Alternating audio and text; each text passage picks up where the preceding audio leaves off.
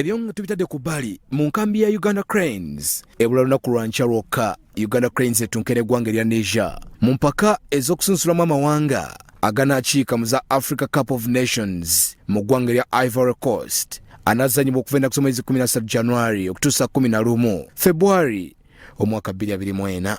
Batendekeddwa bulungi era abazannyi bali bulindaala okwolesa kye balinawo. Kikakasiddwa nti abazannyi bonna bamaze okutuuka mu nkambi. The camp is very high, very positive, especially with still players to come and join them in camp. So as soon as everyone comes in, it's going to be a full squad and everyone's going to be ready to go.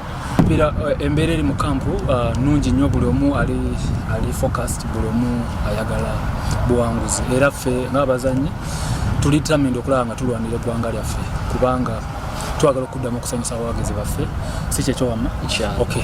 Kati ekisinga obukulu kiri ekintu kimu bawagizi baffe Uganda bannayuganda mwenna tubasaba mubeere ku ludda lwaffe mutuwagire tusobole okuba nga tulwanira eggwanga.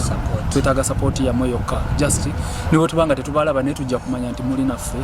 Uganda eri mu kyakusatu mu kibinja F n'obubonero buna nga yeetaaga kuwangula mupiira gwa Niger ate esabirire Algeria ekube Tanzania Uganda bwe bayakuyitawo okuzanya mu mpaka eza Africa Cup of Nations omwaka 2023. Abel Chitaka ne Geoffrey Mugerwa, Salt TV, Omunyo.